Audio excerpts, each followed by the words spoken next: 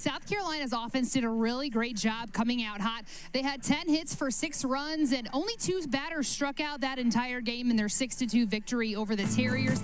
Now, Carly Shelton, she's been a really key part of this lineup in her last 2 games against Louisville and Boston combined. She was 3 for 8, including a triple with 4 RBIs. And pitching-wise for the Gamecocks, it was really great to see Emma Friedel go out there, have a lot of success in the circle. She threw 5 innings, only giving up 2 hits, 1 walk, and then she flamed 6 batters. She's one of the most reliable hitters here for this Boston team. Last year, she was averaging .421 at the plate. This year, just a couple games, .250, but I like coming out hot, first pitch swinging here against the ace. I love that they're being aggressive out of the gate. They're not nervous. Taking this pitch on the outside half, a little elevated, just going with it, opposite field there to left field for the left-handed hitter. Approach here, just getting that ball up in the zone, elevated. That's a pitch way out of the zone, but it's a pitch that gets hitters to chase. Just great effectiveness there by her.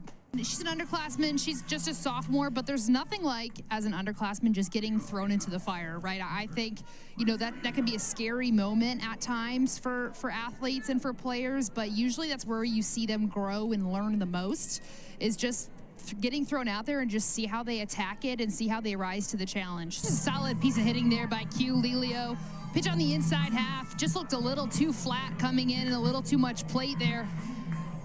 Was able to keep her hands inside, drive that pitch down to the right field line. I love how aggressive the Gamecocks are coming out here, kind of taking advantage over a pitcher who, is maybe has a little bit of nerves, hasn't really gotten a whole lot of experience under her belt here. We're seeing more and more two-way players, pitchers that can hit, pitchers that can run, just making them more valuable as players when it comes to the recruiting pool.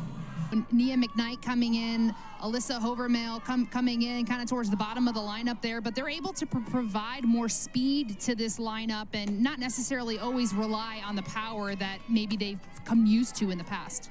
We've seen Tate Davis come up in a lot of clutch moments so far early on this season. She's done really well at the plate so far, and that's kind of like the double-edged sword, right? You give up first base to Rhodey, but then you have Tate Davis right behind her with bases loaded and no outs, a huge scoring threat for the Gamecocks early on in this one. And she's definitely the number 2 that comes after Casey Ricard, and it's crazy. She last year had 82 innings pitched, but that was as a number 2 behind Casey Ricard. So still a great option here for pitching. She's going to work that drop ball a lot more. She throws that in about the low 60s, and she actually pitched in that game versus South Carolina yesterday. She threw about 3 innings there, had recorded 2 strikeouts, 2 walks, but there she also gave up 6 hits as well as 4 runs. 2 of them were earned. Through the first 3 pitchers that we've seen, all of them just not able to find really any command right now in their pitches, not really able to locate the pitches that they want. This is not anything new to her, throwing doubleheaders like this. In the Patriot League where they play a lot of doubleheaders in their conference play just in general, which, depending on who you talk to, you either love that setup or you hate that setup. But typically, she is riding a complete 14 innings that day in conference play. And majority of the time, day in and day out, she's still able to get the job done.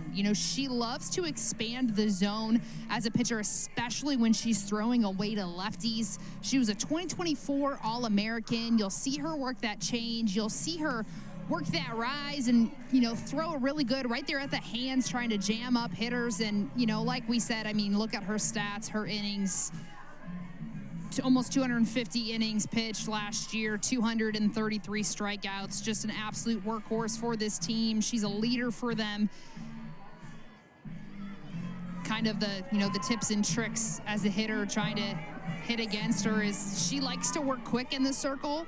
She likes to get in there and just kind of throw pitch after pitch. So trying to control the pace as a batter. Lelio's been so reliable for the Gamecocks at the top of the lineup there. Pitch a little elevated, but pretty much middle, lots of plate there. Lelio does a great job just driving that right back up the middle, right where it came from. Strong barrel, base hit. Those are the ones that are a little bit of a tough pill to swallow for pitchers when they're in a tight situation here. You get the ground ball. You did exactly what you wanted to do. She looks like Coyle unable to just secure that ball and get the out. For her goals for 2026, she really talks about how she really wants to pitch freely and pitch confidently. And that's something that she's kind of struggled with in the past. I think she just has felt this overwhelming pressure. Throw back to first, but Rhodey in there safely. I think when pitchers tend to pitch freely without that pressure, without that worry, that's when they have their best games, their best success.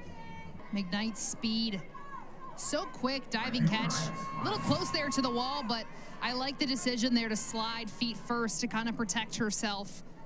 Tori Hensley's the type of batter where, you know, they say you have great bat-to-ball skills, and what that means is majority of the time she's making contact with the ball in some sort of way, whether it's a hit, whether it's a foul ball. Does a great job on that pitch there, keeping her hands inside, driving that out to the left center gap.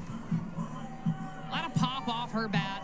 I mean, her ability to have a mixture of both speed and power as a hitter is just absolutely ridiculous. Just a moonshot to right field off the wall. The right fielder there not necessarily fielding that the best she could.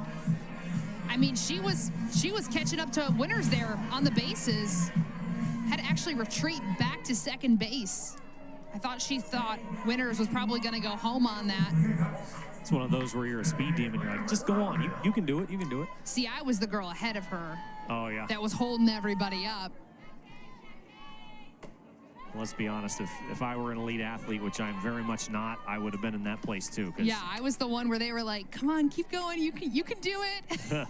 Some umps are going to call pitches a little lower in the zone. Some are going to call them a little bit more out, in, up, all those good things. And that's something you got to test early on as a pitcher. Try to figure out what zone you're throwing to, what balls are actually going to get called strikes. She's just kind of struggling to get that call right now on the outside half. She's capitalizing on her opportunity here as a start, kind of like what we said earlier. Right field, we don't really have a pure starter there for South Carolina. You'll see Kai Byers out there. She had a great weekend last weekend. You'll also see a little bit of Jamie McKay out there, but I think Nia McKnight is really just capitalizing on her opportunity right now as a starter, both in the field making great plays and then having great at bats as well, and really showing off her speed when she does reach the bases. When you prep and you scout to take on the South Carolina team, you really do basically have to prep for all 7 pitchers, because there have been times where we've seen 5 of them come out in one game, and they're all extremely different. The big goal for every team is to make it to the Women's College World Series, and they got to have that same intensity and approach against ranked teams as they do non-ranked teams. It's just right now for them trying to kind of figure that out offensively and kind of trying to bridge the gap. And those are the kind of outs that Ricard, she anticipates getting while throwing the rise balls that she is. You throw it high and up in the zone like that, you get a barrel on it, that thing's gonna fly. Just relying on our defense, sometimes, crossing your fingers a little bit, hoping it stays in the park. But I think she's done a really good job these last 2 innings of getting ahead early on these hitters, getting ahead 0-2. I mean, this right side of the field for the Gamecocks is, kind of the veteran part of this infield, with Rhodey there at first, Shelton at second. But Shelton is just a flat-out athlete. She's so athletic, makes plays, ball up the middle, a little bit of a Jeter throw there over the body. When everybody in your immediate family is a Division I athlete, like, the amount of pressure, it's like, if you're not a Division I athlete, it's like, well, what happened to that sibling? What happened to that kid? They have to be really, careful about how they utilize her in this lineup, just because, she has the ability to kind of do it all, right? She has the ability to pitch. She has the ability to hit, and she does have speed as well. She has the ability to be a pinch runner if they needed her there. So that's somebody that when you're making substitutions and putting her into hit, you have to be conscious of. I like what Ricard is doing here. First time through with the lineup with the Gamecocks. You saw her really pounding that outside half of the plate here these last couple times, coming inside, trying to mix it up. And I like the decision there by Kupel at second base when she was receiving that throw to kind of act like a first baseman there. stretching for the catch just to make sure she does get that lead out. And she pitched majority of the innings in the game yesterday when the Gamecocks took on Boston. She pitched 5 of those innings, only gave up 2 hits, 1 walk, and had 6 Ks in her outing. So a lot of success there for her, looking to continue that against Boston again today. I mean, this ball hit well. Ensley fielding in front of her, continuing her momentum, and Anderson there, the cutoff. Perfect throw over there to third to Tate Davis. And you saw her with the drop ball in, drop ball out. And then just a little bit more elevation on that pitch, sitting right at belt level. You would never see a college baseball player going out throwing 13 innings. That's just, you would never see that. Ensley has just been so reliable lately at the plate here in this Gamecock lineup. And it's really just the simple base hits that just add up. It's finding a gap here or there that allows runners to move and put them in scoring position. And she's been so good at that as of recent. Also having that leadership capability, and you talk to anybody on the South Carolina team, you talk to any of the coaches, anybody really just involved in the program, they talk about how Lexi Winters is just such a great leader for this team on and off the field. People have the utmost respect for her as a person, as a player. She talks the talk, but she'll also walk the walk. She puts in that extra effort. It's just having IQ about the situation before that bat even takes place. Just knowing, hey, if the ball hits to me, where am I going, right? You have less than 2 outs. You have bases loaded. Infield came in a little bit, all kind of communicated, and just as a collective whole knew that that play was going to be at the plate. Now into the 6th inning, pitchers need to be able to communicate that spot, that low outside, especially on the outside part of the plate. It just really hasn't been called really all day for either team.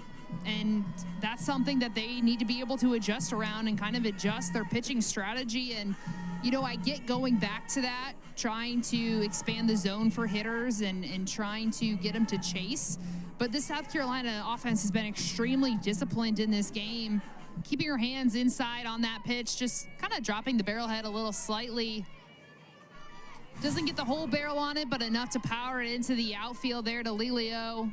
Lelio trying to make the diving catch, but unable to secure it. Just a fantastic overall day by the Gamecocks, like you said. And for Boston, I have a special place in my heart for my mid-majors. I really wish the best of them, throughout the rest of the season, and really excited to see what Casey Ricard can accomplish in her last season here with Terriers.